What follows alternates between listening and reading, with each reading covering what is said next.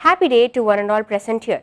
This is Priyanka R, Assistant Professor from the Department of Commerce, BCom Honors.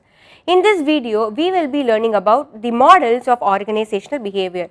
But before we move on to the actual models of organizational behavior, let us see what is meant by the term organizational behavior. OB is concerned with the study of human behavior at work. It also includes the study and application of knowledge about people as individuals and as a group, how they behave in a particular situation or in a given environment. Moving on further, let us see what is the scope of organizational behavior. It starts from the individual level, then gradually it goes on to the group level. At last, it considers the entire organization as a whole. From the individual point of view, the employers or the company should understand the personality which the individual has, perception, attitudes, values, job satisfaction, learning and motivation of the individual employees. Moving on to the next level, which will be the group behavior, we have to learn about the dynamics of group, the group communication, how well the group conflicts are solved, leadership, powers and politics. Moving on to the next level, which will include the organization as a whole, we have to understand the culture and climate of the organization, organizational change and effectiveness, and further it will lead on to organizational development. Moving on further, we will see the main key elements of OB. There are 4 key elements without which OB cannot exist. To start with, the first element of organizational behavior will be people. Talking about people, it includes people working as individuals and also in groups. Moving on to the second element, we have the structure.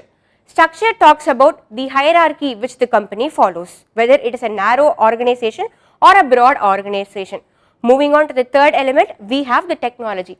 Technology talks about the machineries used, the process and equipment used in a company to carry out a particular activity. Moving on to the fourth element of organizational behavior, we have the environment.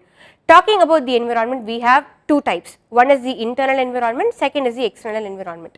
Internal environment talks about the behavior of people within the organization or within a company or among the employees inside the company. Talking about the external organization, the company needs to have good relationship with the taxation authorities, government authorities and any other external agencies without which we cannot sustain. So, these are the 4 key elements of organizational behavior. Moving on further, there is something called as models of OB. First of all, what is this model of organizational behavior? It is basically a framework which gives the employers to understand and predict human behavior at work. But why is it necessary to understand how employees will behave? Let us see the need for studying the models of OB. To start with, it improves the communication between the employers and employees because they will get to know each other. Moving on further, an effective model builds harmonious and productive work environment, or it creates a positive atmosphere to work. Moving on further, it also helps to improve the productivity and efficiency of the employees if they know each other well.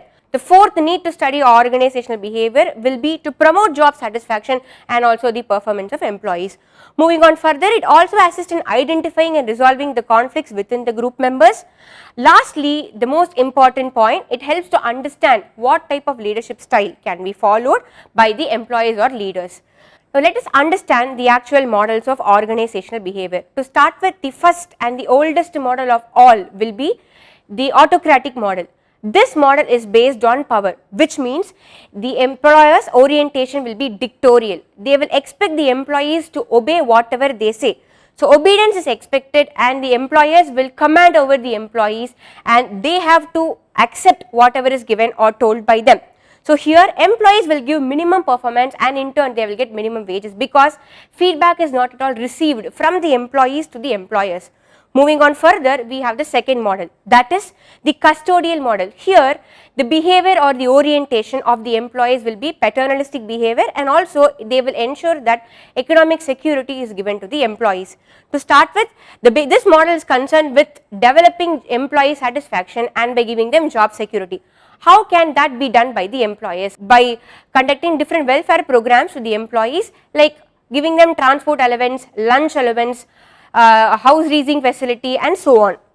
So, here welfare programs lead to employee dependence on the organization, which in turn will lead to less turnover. Moving on to the third model, we have the supportive model.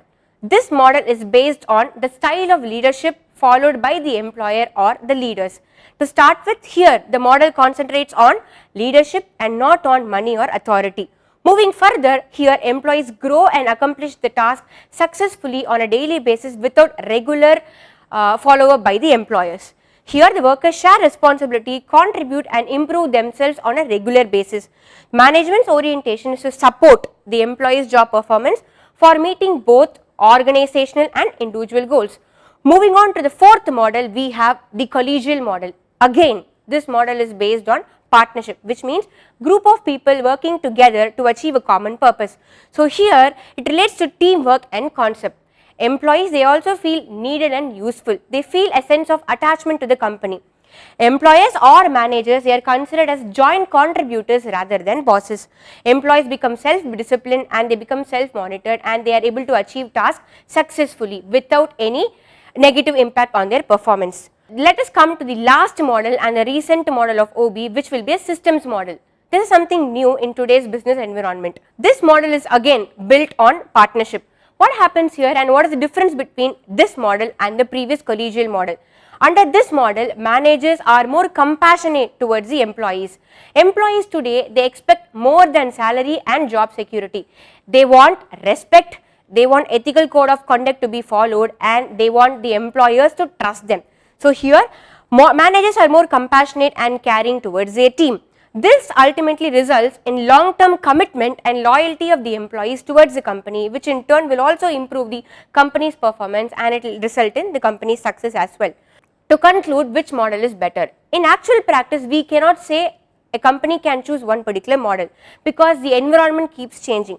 The employees' expectations change. The society's values changes. No single model can be declared perfect, as they all have served as stepping stone towards more productive and useful approaches.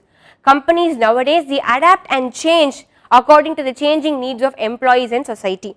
As these models continue to evolve, we can expect a few more innovative models to come up in future. This evolution will definitely promise greater effectiveness and success in future. I hope you would have understood the need, importance and models of organizational behavior. For more such videos, like, share and subscribe to M.O.P Classroom. Thank you.